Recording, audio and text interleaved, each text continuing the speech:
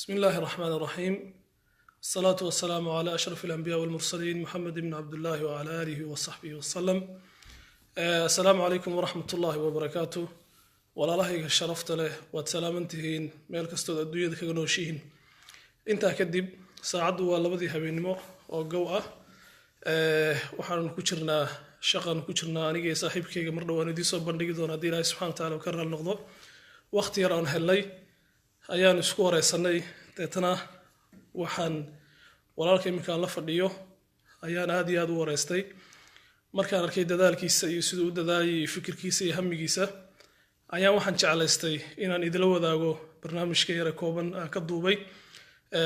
isaga markaan arkay qaabku uu dadaalay qaabku uu fikirayo ayaan waxaan xasuustay dadka ku nool wadankan khaasatan Deutschland qaarkood sida ay u dhaqmayaan waxa halka iiga soo dhaxbaxday malaha waxaan isagay dadka qaar malaha jarmalka ku nool ayaan fahansaneenba nolosha iyo qaabka u socoto marka barnaamijka leeyahay iiga soo dhaxbaxay wie kann ich in Deutschland leben sideen jarmalka ugu noolaan karaa marka walaalkan magaciisa waxa la yiraahdaa Cige uu shaqeeyaa waan wada shaqeynaa san hore idinku sheegay 70 kilomitir iyo in ka badan buu maalin walba ka yimaadaa tareen buu soo raacaa imka 6 oo subaxnimo oo gawaan ka baxaynaa shaqada saacad buu tareenka sii saarnaanayaa isagoo xal oo dhan shaqeynayay maalin walba halkaas uu ka soo shaqo tagaa luqadda wadanka Jarmalka ma sha Allah si fiican buu bartay wuxuuna ka haystaa darajada la yiraahdo C1 oo darajada saddexaad ah qiyaastii oo halka ma garanaysaa ugu sareysa hal mid ma ka dambaysa oo ah C2 marka waan idin kala dhaxbaxaya walaalkeen Shariif su'aalaha saddex ayaan weydiin doonaa oo rajeynayna walaaluhu inay in badan ka faa'iideysan doonaan hadii Ilaahay subhanahu wa ta'ala uu ka raali noqdo Shariif ku soo dhawow barnaamijka live-ka waxaad ku jirtaa page-ka Sheekh Cabdiqani Xooj oo horan loo walaal Cabdiqani in badan marka hore dadka waxaan assalaamu calaykum waraxmatullaahi wabarakaatu marka xigta kulli walaalkay su'aaluhu weydiiyay waxa weeye saddex su'aalood oo horan igu soo sheegay hadda tawaaris waxay ahaan lahayd sidee Deutschland aanu noolaan karayna hadii aan si noolaanayno insha Allah Ilaahay ina siiyo waqtan ku si noolaano taasina waxaan oran lahaa oo ku jawaabi kari lahaa si Deutschland aanu ugu noolaano waqti fiican waqtigan aan wadanka u gashano sidoo kalena aan noloshana si farxad leh u noolaano oo bila stress bila dhibaato bila buuq calooshina furan niyadeena habiya inaan si nolol qabow ugu noolaano Ilaahay ayaa bixiyay ha ina siiyana كل فكر كان آمنسنا وإحنا نقولها وكسو كومي لها دمانتي قفل بقى إنه ترمل كمركو إيماده كحساب تما إنه بلان كوني وأكلي إنه سمعته كاسو بلان كيسا كاميرا دالنا يا إسكون ده إنه من الدرك صاروا بلان كاو كشقيسية بلان كبدنا وإحنا نقول إنه وحبرشوا بلان جريسما إنه بلان جريسما قفكو شغل كليه تدخل كل دوي هنا dad waxa jira yar waaweynaaday waxoogaa daadoodu Ilaahay uu kordhiyay kuwaasoo jeclaysanaya inay iska shaqeystaan intay cimrigooda ka harsan aan laakiin jeclaysanaya inay wax bartaan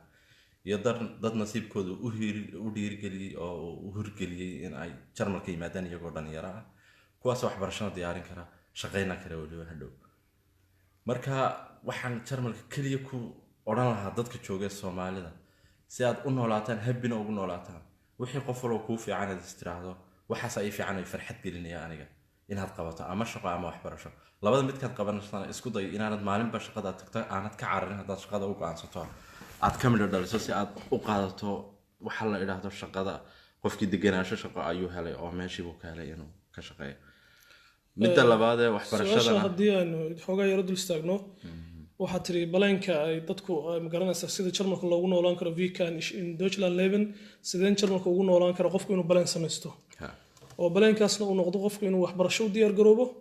ama inuu u diyaar garoobo qof shaqeysto oo ma garanaysaa waxbarashada sida ma garanaysaa iskuulaadka iyo farsamada gacanta saan ogsoonahay wadanka Jarmalka aad u fududahay maxay inaga hortaagan hadaynu Soomaalinahay inaynu ka qayb qaadano waxa dawladdu ay noo ma garanaysaa fidisay oo ah qofku inuu bilaash ku baran karo shaqo farsamo gacmood ama waxbarashadiisa maxay inaga hortaagan hadaynu Soomaalinahay waxyaalo badan baad moodaa in dadkan Soomaalida ee Jarmalka soo gashay ay kaba xiran yihiin oo madow gidaar madow inuu naga hortaagan yahay oo kala ah waayo dadkii naga soo horreeyay maba jirin hadii jireen dad yar baa jooga wadankan oo ugu yaraan 10 sano wixii ka badan ku nool dadka yar tiradooda ma sheegi karo laakiin waa kulli ku yar yihiin oo maba aragno markaan cusubnahay laakiin haddii aan arki lahayn dad naga soo horeeyo wadooyin fiican maray wadooyinkaas ma ka daba qaadi lahayn oo daba socon lahayn laakiin markaan soo galnay waxaan aragnay cid naga soo horeen meel walba qofku markuu imid keligii ku cusub yahay wuxuu qof walba isku dayay inuu luqada ayar barto shaqaysta bal waxbarasho hadduu rabo marka dad ma jirin in hor taagnaa oo aan ku dayanay inaga dadkii first generation ah maadaama inuu dadkii ugu horeysanahay waxa loo baahan yahay marka inaynu isku duubnaano oo inuu wax hore u wadno haddii ay qof walba intuu tamartiisa qabto oo uu hore u socdo waxay noqonaysaa in wax kasta inoo qabsamaan oo dadka inaga dambeeya iyo caruurteena intuba ay mataqaanay nolol wado fiican oo inta dadkii hore mareen ay ka daba maraan laakiin maadaama first generation ahay durug badan baa ina saaran oo wax badan baa culays baa ina saaran culayska iska dulqaadno intaan iska dulqaadno waxaan iskaga dulqaadi karnaa culayska dhammaantii waxa weeyaan kaliya inaan wado fiican samaysano balaankeenna aan ku socono jaaliyada furano mataqaanay masaajidada ku xidhnaano wadooyin badan qof kasta isagoo shaqadiisa waxbarashadiisa wata haddana oo dadka Soomaalida wuxuu u qaban lahaa ilaan kaligiis kuma qabanaya dadka ka dambeeya iyo ciyaalkiisu u qabanaya inuu bal isku dayo inuu wuxuu hore u wado kooxo ku badeed nooc walba nolosha kamid ah inaynu hore u wadno insha Allah taala ما شاء الله خير الله كسيو عيقه سؤاشا waxaa tiriyada waxaan su'aasha kale meesha isweydiinta la waxay tahay ma laga yaabaa qofka Soomaaliga marka ugu horeyso wadankiisa ka soo baxayaba wax balan u dajisan inuu lahayno ay faakh iska soo safar hebel waa safray ama heblaaya safartay uu loo soo safro markuu halka yimaadana uu noqonayo indeena dabaal baran oo garanaysa badweyn ku soo dhaxdhay kulay dhawaatada u badan in haystaaba waataa oo qofka hadduu marka halkan imanayay uu u iman lahaa scholarship ama waxbarasho inuu soo qaadanayo balaan buu u socdaayo scholarshipka inta waqtiga uu ku jiray kaliya ku jiray kadibna dib buu noqonayaa ama halkan aaba ka sii shaqaysanaya qofkaas balaan buu ku socdaa balaankiisaasina horun buu u wadayaa isaga dib u macelinayo laakiin marka bilaan aan ku soo baxo saxare iska soo celiyo badi haddana soo garaaco talyaani soo galo halkan soo gaadho ugu dambeyn waxay noqonaysaa maalintan halkan imaadiyo maskaxdeedu sida u shaqaynayso haddii maskaxdeedu tu degan noqoto istiraahda niyo wad soo gaadhay bal meel aad islahayd gaadh maxaa kuu balaan garaysanee dambeed samaynaysaa miyaad iska fadhidayo intaad daadaawato meelahan iskaba noqotaaba mise intaad meeshan timiday aad ka faa'iidaysaad wax ka soo saartaa balaankaas maalinta aan dejiyo insha Allah taala unba wada fiican igu ridi kara wada xun igu ridi kara خير الله كسي سؤال شلباد ربنا دي الله سبحانه وتعالى إن كويدينه مر ربنا صون نقطة اللغة الشرمكة واحد كان ستة شهادة صدحات سي أن سليه هذا وانا دي قشة كيس الصدر انت ينقصد وقت بأنه سامحين يمكن أن كشة كي نقاب كيادو براتي وقاب ددال يديرنان يؤد كيس يكوشر فربضن انت بدو حين أنا هذين سامعين هاي اللغة الشرمكة قاعد بيو أدك تاي ودتكو ومقرنا ساي وكما كان qaarkoodna waxa iyagu isku badayinba oo xitaa garanaysaay first bilow koobaad baan gelin oo loo sheekay darteed bay oranayaan luqadda Jarmalku aad bay u adag tahay oo warmaad bilowda hadda ku tiraado wuxuu ku oranayaa deemaan bilaabin hebel baa imtixaan ku dhacay hebel kala imtixaan ku dhacay laga yaabo inuu ka maskax fiicnaan lahaa dadka isagu marka dadka Jarmalku ku nool luqaddu ahmiyadee u leedahay samaxad kula talinayd kulli luqadda marka wax la barto kow shayga waxbarashaduna waxa weeye shay dadka bini'aadamku u kala dhashaan jacaylka waxbarashada loo qabo dad baa jira waxbarashada jacayl iyo dad aan waxbarashada aad u jeclaan labadaba waa loo baahan yahay oo dal walba wax ku dhisan yahay labadaba marka qofku wax barto uu kursi ku dul fadhiisanayo waxbarasho uu ku shaqeynayo ama ha fadhiyo ama ha taagnaado oo laakiin waxbarashadu yaqaan ku shaqeynayo iyo qof aan khibrad yar yeeshay oo ausbildin sameeyay oo mataqaanay ausbildinkiisa garaacay labadaba dalalku u baahan yihiin waayo waa labadii loo baahnay waa lagu wada soconaya marka luqaddu waxa weey qayb waxbarashada kamid ah dad baa jeclaada dadna sometimes waxbarashada aad uma jecla sidoo kale waxay haddana dabada ku haysaa aad ugu xiran tahay waxbarashada marka la yiraahdo anigu markaygu hore wax ma soo bartay oo waxbarashada indha ma ii furan yihiin iyo mataqaanay weligii wax ma soo baran miya oo Soomaaliya waan ka imid kaliya haddii aanan Soomaaliya waxba ku soo baran oo luqadda Soomaaliga sida loo qoro kaliya yaqaanay oo aanan waxbarasho kale lahayn luqadda halkan way igu qasbaysaa mooyaane ma barteen xataa laakiin haddii Soomaaliya wax ku soo baran lahaa markaan joogay qasab waxay noqonaysaa halkan inaan waxbarashadeedii hore uun sii wato marka luqadeena waxbarashadaas ma soo dhaxkilaysaa laakiin dadka waxaan kula talin lahaa iskuulka haddii aad booqataan waa buu ku qasban yahay oo dadka waad booqanaysaan iskuulada Jarmalka waxaan oran lahaa isku daya si aad waqti badan idin ka cunin luqadeena aad barataan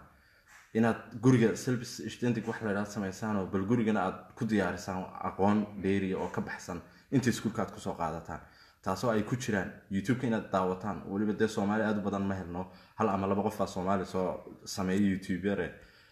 inaad luqadaha kale baarataan oo mataqaanay isku daydaan luqadaha kale ku daawataan luqada Jarmalka sida loo sharaxayo Ingiriis ha noqoto Carabi ha noqoto inkastoo aad Suuriyaanku ay u sharaxdaan Carabigooda u dhiirigelinayo isku day guriga markaad joogtaan YouTube-kana Carabi ama Ingiriisi waxa inaad daawataan oo luqada aad ka sii barataan ama inaad idinkuba sameysaan grammatic buugaag inaad soo iibsataan oo aad had iyo jeer idinku buuga grammatic waqti u sameysataan xaashado gooniya aad akhrisataan markaad iskuulka timaadaan macalinka dib u weydiisaan grammatic xalay soo akhriyeyseen hadal wax ku dhex jiray oo aad fahmi weyd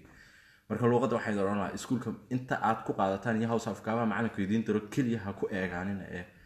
dhaafa oo u dhaafa YouTube-ka iyo buugaagta intaasaan ku talin lahaa oran su'aasha labaad جزاك الله خير الله خير الله كسيو وانا تكون mahadsantahay arintan aad nala wadaagtay uu jira imka buug waxa jira inaan Soomaaliya oo qoray oo magaranaysa ka hadlaya arintaas oo luqada koowaad basically markii uu daabacay dhowr daabacaad waxa kala wareegtay shirkad baa kala wareegtay dhawaana waxaan rajeynayaa sidoo wiilku ii sheegay in lagu soo shaacin doono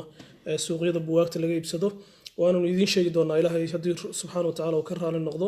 marka buugaasi uu soo baxo meelaha aad ka heli doontaan iyo qaabka aad u heli doontaan hadii ilaahay ka raali noqdo ugu dambeyntii cigow Jarmalkan ku noolahay qofkuna meesha uu ku nool yahay wuu ahaaday oo ku khasban yahay luqadana waad ogtahay oo imika sharciyada xitaa waa lagu xiray sharciyada qaar qofka hadduu luqadda ma garanaysaa shahaadada koowaad ama qaybta labaad ee BA Ministry una ka haysan inay xitaa sharciga loo cusboonaysiin ama ma garanaysaa sidoo rabay una helanin maadaama oo aad moodo noloshii dhamaanteed bay imika luqadda inay ku wada xiran tahay bulshadiis dhaxgalkii aad ka hanayso qofka hadduu luqadii aqoonin oo soo dhaweyntii faraha badneed xitaa aadan helaynin dadkii aad isku adkaanaysan aad isku ma garanaysaa murgootaan maalin walbana qof uu ku daba taagnaan karin oo ku oran karin war hebel kale ii turjun ugu dambeyntii khulaasadii maxaad kula talin lahayd dadka Soomaaliyeed walaal markaad isku daydo kaliya inaad adigu wixii hore u wado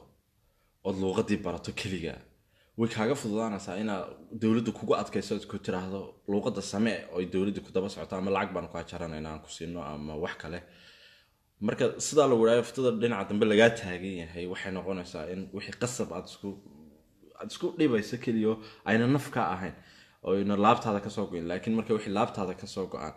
waxaad sameynaysaa markaad tarmiin yeelato waa tegaysaa adiga kaliya dhamaysanaya sometimes telefonaad wacaysaa waxaad leedahay waxaan u baahanahay halka sometimes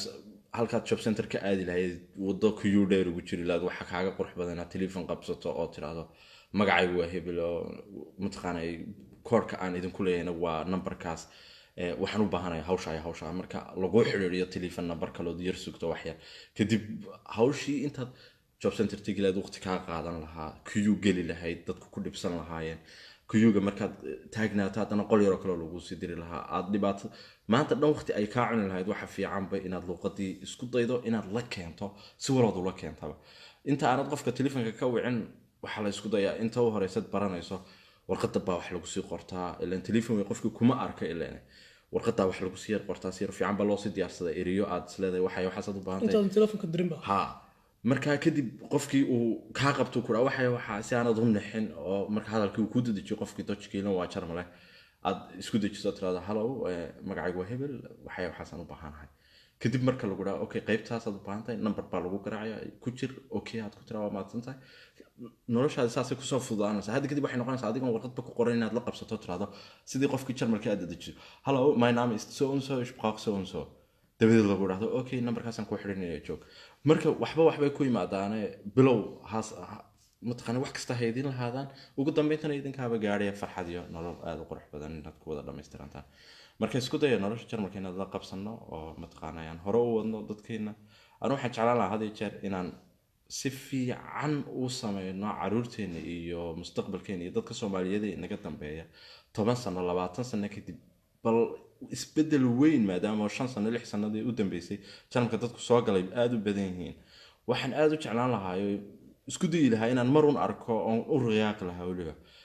mar haddii aan arki lahaa magaalooyinka waaweyn ee Jarmalka gobol walba caasimadiisa oo Soomaalida aad iskugu tagtay ay hore u wadeen wax oo nooc walba nolosha kamid ah aan helayo koox kubad Soomaalida loo ciyaari karo matqaanay dukaano Soomaalida la tagi karo cafeteria everywhere jaaliyada aad u qurux badan oo inoo jirta meel wax walba nolosha mustaqbalka dadku u baahan yihiin inaan arko kaliya ayaan aad u jeclaan lahaa marka inaad wadaan kaliya nolosha oo nin kastaaba dhinac ka qaban karo ilaan qof kasta keligii ma qabsanaya dad dhan buu qabanayaa oo qof kasta intuu wadi karo uu wadaayo ku talinayo assalaamu calaykum waraxmatullaahi wabarakaatuh wa calaykum assalaam waraxmatullaahi wabarakaatuh walaalaha dibkas nagala soo qabsaday barnaamijkan waxa la yiraahdaa wie kann ich in Deutschland leben sideen Jarmalka ugu noolaan karaa marka talooyin buu ina siiyay walaalkeen khayr Allah siiyo waacige oo aan ku tilmaami karo kulli shakhsiyad aad iyo aad hawlkar u ah oo dadaal badan kana haysta luqadda darajada saddexaad magaranaysaa hal darajo kaliya ayaa ka dambaysa una ku rahan weyn yahay inuu halkaas soo gabagabeeyo waxna uu waxbarashadiisana uu sii wado shaqaystana marka qof kasta oo Soomaali waxaan kula dardaarmi lahaa insha Allah bidnaa al-kariim inuu luqadda barto wax qabsado uu shaqaysto barnaamijkan insha Allah bidnaa al-kariim taxana ayuu noqon doonaa waxa weeye qof kasta ama magaranaysaa aan u aragno inuu waddanka Jarmalka wax ku bartay ama magaranaysaa horumar soo siyaadiyay waraysi ayaan la yeelan doonaa su'aalihiinana insha Allah bidnaa al-kariim halkan ayaad noogu soo diri doontaan aad kala socon doontaan wixii aad u baahantiin aan weydiin doonaa waxaan salaamayaa walaalaha ina salaamay sida Kawsar Cabdirasaaq Amiir Abshir deeq darajo saaxiibkayga qaaligaasna aad iyo aad baan u salaamayaa walaalkeen Amiir Abshir wuxuu leeyahay Ausbildung ayaa qof sameeya aan sharci haysan sharcina loo diiday maxaa kula talin lahayd xagga sharciga Ausbildung horta sideeda banaanba walaalaha aan garanaynin waa farsamada gacanta weeye qofka barta nooceeyadeeda kala duwan noocay doontaba ha ahaato marka walaalkan wuxuu leeyahay farsamo gacmeed ayaan bartaa sharcigiina waa lay diiday maxaad igula talin lahaydeen waxaan kugula talin lahaa horta arinta midda koowaad markaad wax baratid farsamo gacmeed aad baratid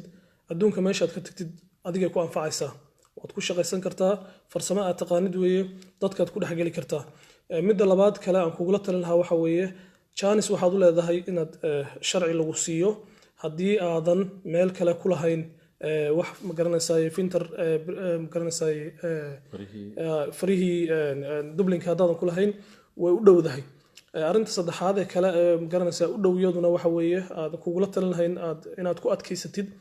oo aad ma garanaysaa waxbarashadaada aad ka mashid oo dhammaystirtid inta badan dadka Soomaalida way ka cararaan way iskaga tagaan laakiin adigu waxaan kugula talin lahayn maadaama farsamo gacmeed baranaysid 2 sano iyo 3 sano iyo labadaas mid weeye inaad farsamadaada gacanta dhammaystiratid haddii Ilaahay subxaanahu wa ta'aala uu ka siiyana wakaas haddii aad ka weydana Ilaahay subxaanahu wa ta'aala waxa weeye waxaad ka ku siiyay oo baratay wax aad ku shaqaysato waddan kasta oo Yurub kamid ah hadaad tagtidna aad wax ku qabsan kartid hadaad waddankaagii hooyo ku noqotidna aad wax ku qabsan kartid arinta labaad aan kugula talin lahaa waxa weeye inaad la xiriidid looyarada u hawlsa oo ma garanaysaa u xilsaaran arrimaha shuruucda iyo hawlahaas u saaran waxay kugula taliyaan aad qaadatid laakiin qofku markuu waddankan Jarmalka shaqaynayo ama Ausbildung uu baranayo 70% waxay u dhowdahay xaqna u leeyahay inuu sida ma garanaysaa arrinta aad sheegaysid sharciga uu helo ilaahayna waan ku baryaynaa inuu kaaga soo fududeeyo walaalaha kalena aad iyo aad baan u salaaminaa barnaamij taxana ayuu noqon doonaa barnaamijkan haddii Ilaahay subxaanahu wa ta'aala uu ka raali noqdo wixii su'aalaad qabtaana page-kan ayaad noogu soo diri doontaan waan idin wada salaaminaa والسلام عليكم ورحمة الله وبركاته